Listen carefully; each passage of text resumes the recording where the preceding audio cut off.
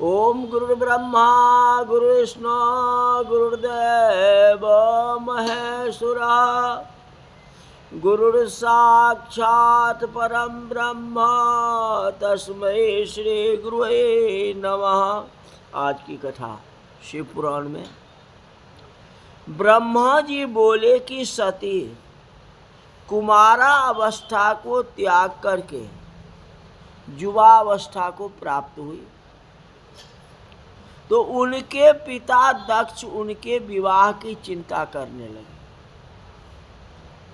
तो पिता के मान की बात सुनकर के सती अपने माता के पास जाके शिवजी के प्राप्ति के लिए स्वयं इच्छा प्रकट की। मुझे वर चाहिए तो शिव ही चाहिए, शिव ही भरतारा, रामायण में लिखा है। माता ने घर में ही शंकर की आराधना आरंभ करा दी। कहते उसमें आपत्ति क्या है, तुम घर में ही उनकी तपस्या करो, आराधना करो, पूजा करो।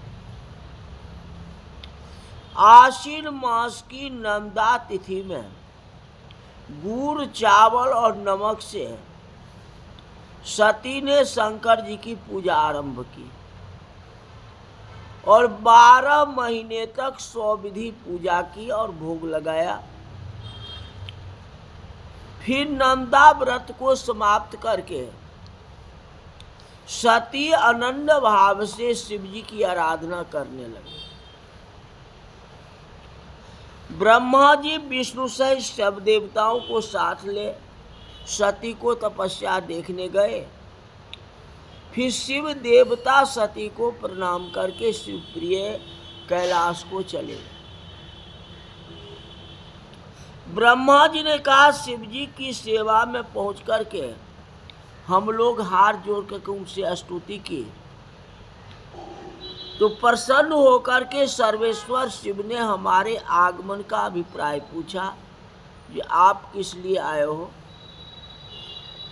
हमने सौविनय कहा कि भगवान आप सृष्टि और जगत के ईश्वर हैं। आप इस प्रकार विरक्त हो जाएंगे तो संसार के कार्य, व्यापार, सृष्टि, पालन और संहार की स्थिति कैसी रहेगी। फिर ब्रह्मा और विष्णु स्वपत्निक है, अतः जगत के हितार्थ आप भी पत्नी व्रत को स्वीकार कर लीजिए। तो भगवान शिव ने प्रसन्न भाव से कहा कि तुम दोनों मुझे अत्यंत प्रिय हो, तुम्हारा कहना तो मैं अवश्य मानूंगा। भगवान शंकर के इस प्रकार कहने पर ब्रह्मा जी और विष्णु ने प्रेम से विनय पूर्वक कहा कि हे भगवान, जगत जननी उमा सती नाम से दक्ष प्रजापति के यहाँ आविर्भूत हुई है, उन्हें अवतार लिए। वे आपको अपना स्वामी बनाने के लिए दृढ़ भाव से आराधना कर रही है। वहीं सब प्रकार से आपको योग्य सहचरी और परम मंगल कारक हितकारिणी होगी। उनके इस अनुग्रह को सुनकर के भक्त वत्सल सर्वेश्वर सदाशिव ने तथास्तु कह दिया और मान और सम्मान के साथ जो है ब्रह्मा और विष्णु को विदा किए। ब्रह्मा जी बोले कि सती ने फिर नंदा का व्रत किया तो शंकर जी प्रसन्न हो उसे दर्शन देने के लिए गए। व्रत किए तो स्वयं शंकर भगवान उनको दर्शन देने के लिए गए। शंकर जी को देख के सती ने किंचित लज्जा से सिर झुका करके उनके चरणों को प्रणाम किया। तो शिव जी बोले कि सुव्रते, मैं तुम्हारे व्रत से प्रसन्न हूँ, वरदान मांगो, क्या मांगते हो। तो सती ने अपनी लज्जा त्याग के कहा, हे व्रत, आप वही वरदान दीजिए जो आपको अच्छा लगे। तो सती का वाक्य पूरा भी न हुआ था कि भक्त वत्सल शिव ने स्वयं कह दिए कि तुम मेरी अर्धांगिनी बनो, अर्धांगिनी बनने का वरदान दे दिया। फिर सती ने हाथ जोड़ करके भक्त वत्सल शिव जी से नम्रता पूर्वक कहा कि हे महादेव, मेरे पिता के समक्ष विवाह विधि से आप मुझे स्वीकार करें। सती के वचन सुन के शंकर जी कहे ऐसा ही होगा। तो शिव जी हिमालय शिखर पर पहुंचे और उन्होंने ब्रह्मा जी को स्मरण किया। अब डायरेक्ट तो शिव जी नहीं जा सके, वरदान तो दे करके आ गए। तो ब्रह्मा जी उनके पास जाके पहुंचे। भगवान शंकर ने कहा कि ब्रह्मा, तुम मेरी आज्ञा से दक्ष के पास जाके कन्या देने का कोई उपाय करो, रिश्ता जोड़ो। मैं शीघ्र ही दक्ष के घर पहुंचा। उधर सती अपने पिता के पास शिव जी से प्राप्ति की समाचार कहला दी। उनकी प्रसन्नता में उनके माता पिता बड़ा उत्सव कर रहे हैं। ये तो बहुत अच्छी बात है। तब सहसा ब्रह्मा जी वहां उपस्थित हो गए। देख के दक्ष ने सिर झुका के प्रणाम किया और आगमन का कारण पूछा। तब ब्रह्मा जी दक्ष से शिव जी के लिए सती को देने का विचार कहा। उसे सुन मेरा पुत्र दक्ष बड़ा प्रसन्न हुआ। दक्ष प्रजापति बहुत प्रसन्न हुए और बोले कि ऐसा ही होगा। मैं उत्कंठित शिव के पास लौट गया खुशी से कि मैंने जैसे ही अपने बच्चे दक्ष प्रजापति को बोला वैसे वे राजी हो गए। ब्रह्मा जी कहने लगे शिव जी को सती के प्राप्ति में संदेह था,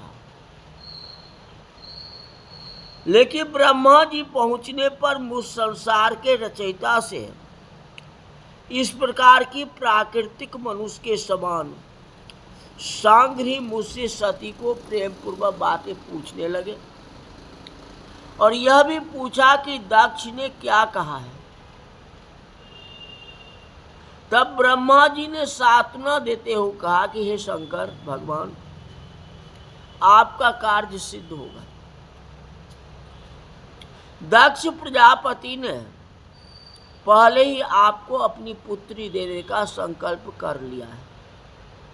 अतः हे शंकर भगवान, अब आप शुभ लगन और शुभ मुहूर्त विचार करें और उनके घर चल करके पानी ग्रहण करें। शिव जी ने कहा कि आप अपने मर्ची आदि पुत्रों को बुला लीजिए और मेरे गणों को भी साथ ले लीजिए और मेरे द्वारा स्मरण किए जाने पर वे सब शीघ्र ही मेरे पास आ गए। और शिव जी के स्मरण करते ही गरुड़ पर बैठे भगवान विष्णु भी आए। फिर चैत्र शुक्ल त्रयोदशी रविवार के दिन फाल्गुनी नक्षत्र में शिव जी ने यह यात्रा आरंभ की। कहते मार्ग में जाते हुए शिव जी को अत्यंत शोभा हुई। देवताओं और शिव जी के गणों को बड़ा उत्सव किया। फिर नंदीश्वर पर आरूढ़ शिव जी देवताओं सहित शीघ्र ही दक्ष के घर पहुंचे और दक्ष ने विधि पूर्वक उनकी पूजा की। दक्ष ने नवग्रह के बल के शुभ लगन में शिव जी के लिए सती का कन्यादान किया। शिव जी ने सर्वांग सुंदरी दक्ष पुत्री को पानी ग्रहण किया। समस्त देवता मुनि स्तुति द्वारा शिव जी को प्रसन्न करने लगे। नृत्य गान का बड़ा उत्सव हुआ। ब्रह्मा जी बोले कन्यादान के बाद दक्ष ने शिव के लिए बहुत सा दहेज दिया। तो विष्णु ने उठ करके शिव के पास जाकर के हाथ जोड़ के कहा कि हे महादेव जी, आप संपूर्ण ब्रह्मांड के पिता और सती सबकी माता है, अतएव अब इस सती रूप शक्ति से भी सभी का कल्याण कीजिए। तो शिव जी ने हंस करके कहा कि ये मस्त कल्याण करेंगे। तुरंत सती और शिव ने मेरी आज्ञा से यथाविधि अग्नि की प्रदक्षिणा की। गीत नृत्य इत्यादि का अद्भुत महोत्सव हुआ।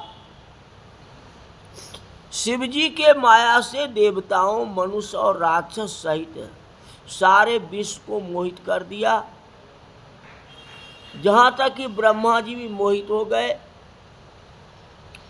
विवाह करते समय पतिव्रता सती को देखकर मैं कामाइष्ट हो गया और उनका मुख देखने की इच्छा करने लगा।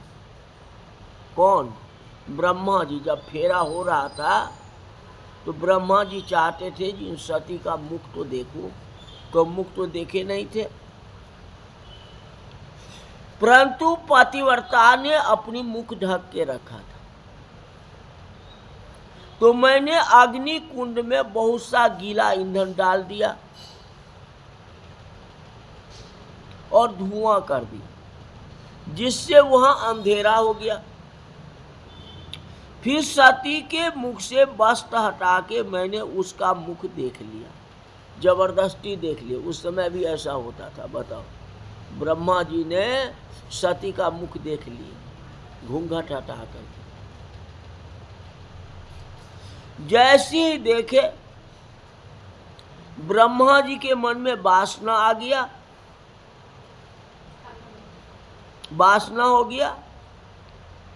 मैंने अपनी वासनाओं को बहुत छिपाया, लेकिन छिप नहीं सका। शिव जी ने अपने दिव्य नेत्र से मेरा देख लिया। मेरे मन में जो वासनाएं थी, वह वासनाओं को शंकर भगवान ने देख लिया। उन्होंने क्रोध होकर कहा कि पापात्मा ब्रह्मा, तूने ये क्या कर दिया? तुम वेद को पढ़ाते हो न, अभी फेरा लगवा रहे हो न, और उसमें तुम्हारी इच्छा विरक्ति, इस तरह की इच्छा क्यों हो गई? शिव जी ने मुझे मारने के लिए त्रिशूल उठा लिए। जहां तक कि शिव जी ने कहा, विष्णु जी के कहने के अनुसार मैं सती को काम दृष्टि से देखने वाले को मार डालूंगा। तो इन्हीं कुदृष्ट बिलोक ही जो ही ताय बधे कछु पाप न हो। ये तो स्वयं सती को कुदृष्टि डाल दिए। कौन? ब्रह्मा जी। ब्रह्मा ने आशा भरे नेत्र से सती को क्यों देखा, और इनके मन में ऐसा क्यों हो गया? अतएव मैं इस अपराधी को वध कर दूंगा। कौन बोले? शंकर भगवान। शिव जी के ऐसा कहते ही सारे देवता कांप उठे, और शिव जी त्रिशूल उठा लेंगे तब तो संसार ही नहीं रहेगा, संसार कंपायमान हो जाएगा। इसी क्षण विष्णु जी ने आके क्रोधान्वित शिव जी को बड़ी स्तुति की है। विष्णु जी ने कहा कि हे ईश, हम तीनों देवता आप ही के तो स्वरूप हैं। न तो ब्रह्मा आपसे भिन्न है और न मैं हूं। इस हे सर्वज्ञ, आप सब कुछ जानते हैं। आप शिव ही तो अनंत और स्वरूप है। आप ही तो अनंत स्वरूप हो, जिसमें नित्य और दीर्घादि का कुछ भी विशेषण है ही नहीं। विष्णु जी के इस प्रकार बहुत कहने पर शिव जी ने मुझे नहीं मारा, और महादेव फिर प्रसन्न हो गए। अब बात तो अपनी घर की बातें थी। ब्रह्मा विष्णु महेश तीनों तो एक ही थे, किसको मारते? लेकिन गलत अपराध तो ब्रह्मा जी किए थे। ब्रह्मा जी बोले कि नारद, जब शिव जी ने मेरा वध नहीं किया तो सब देवता शिव जी की स्तुति करने लगे। त्राहिमाम, आप जैसे दयालु कौन हो सकता है? इतने बड़े अपराध करने के बावजूद आपने ब्रह्मा जी को माफ कर दिया। तो शिव तो ऐसे ही हैं, क्रोधी का क्रोधी भी हैं और दयालु के दयालु हैं। बतलाओ कितना बड़ा क्रोध था, कैसा काम था। आजकल के मनुष्य छोड़ेगा? हाँ, आपस में लड़ देगा, मार देगा, फांसी दे देगा।